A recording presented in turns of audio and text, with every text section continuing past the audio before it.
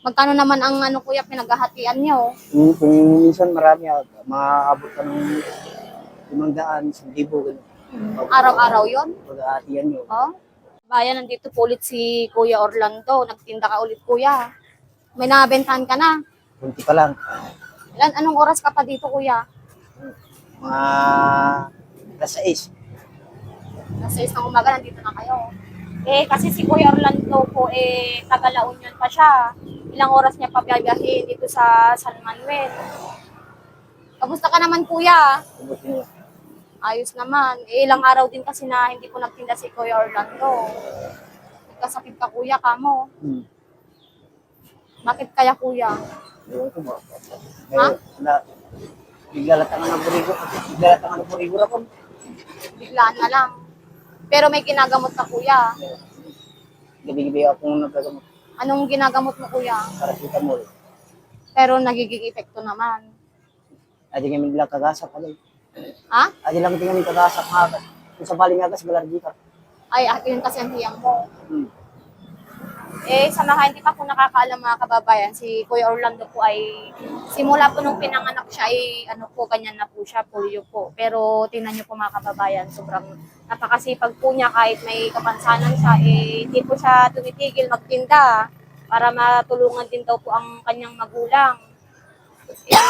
Yung sinanay niya, nagruronda po siya. At si Kuya Orlando, dito lang din po siya. Naghihintay siya ng customer. Lagi mong ginagawa yun po yan, no? Hindi ka sumasama kay nanay mo para magronda. Oo, mainit. Kasi siyempre, hindi ka rin naman nakakano kuya, no? Makakalakad. Ano naman ang ano mo dun kuya? Yung hirap din nung nagkasakit ka. Una, manual daw nga di kami na nakukuta. Di bagyo kay, pero hindi pa. Ayaw nga. Yung may aming nabubungan ti nabalay dyan.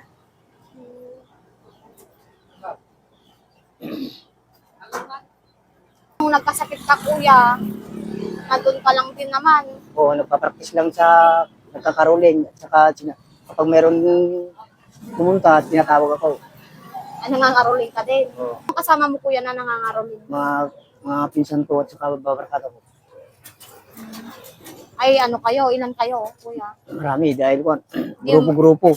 Dalawang grupo. Di may mga kalaban kayo, ganon? Meron. Magkano naman ang kuya pinaghahatian nyo? Kung minsan marami, maaabot ka ng 500, 1,000, gano'n. Araw-araw yon? Pag-aatiyan nyo. Oh? Sa iba't ibang lugar din. Ibang bayan. Ayun kuya sa sa mga may mabubuting followers po natin, baka gusto mong mga rolling. Pwede naman. Ayos lang sa'yo kuya. Oo, pwede. Ayos lang. Baka pwede pong mag-sample ka ulit kuya. Pwede naman. Baka pag may nagpaabot po ng tulong, ko ulit sa'yo kuya. Oo. Ngayon po December 1, baka malay mo, may maagang magpinal ko sa'yo. Oo. Kasi kakantahin mo kuya. Christmas song o Frida Aguilar. Pwede, Aguilar. Kahit ganyan na lang kuya. Oo. Sige kuya. Ikaw. Sa Pasko darating, nais kong ikaw pa rin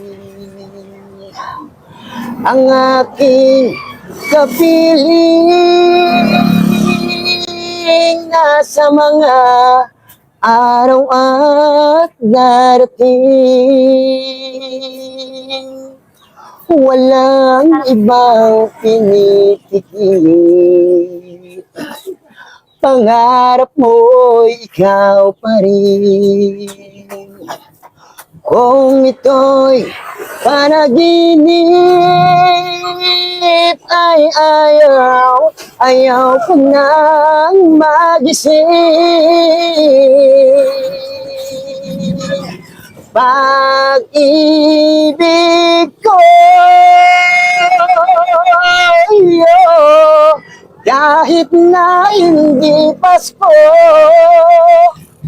ang buhay ko ito kay Ramila ang sayo.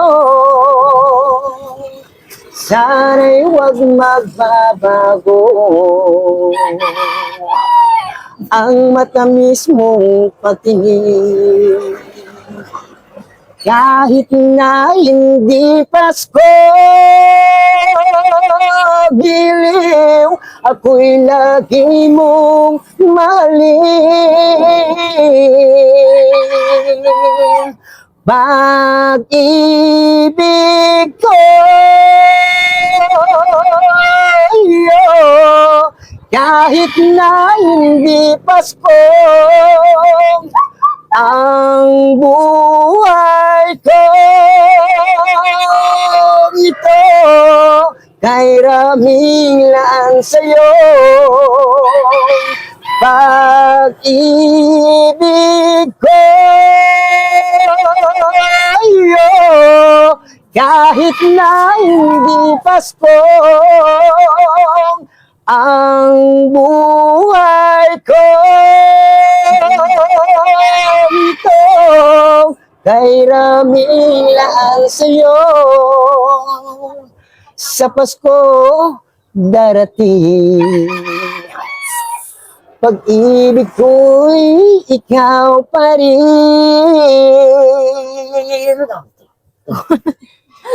Hugot na hugot. Talaga tagus sa puso ang kanta ni Kuya.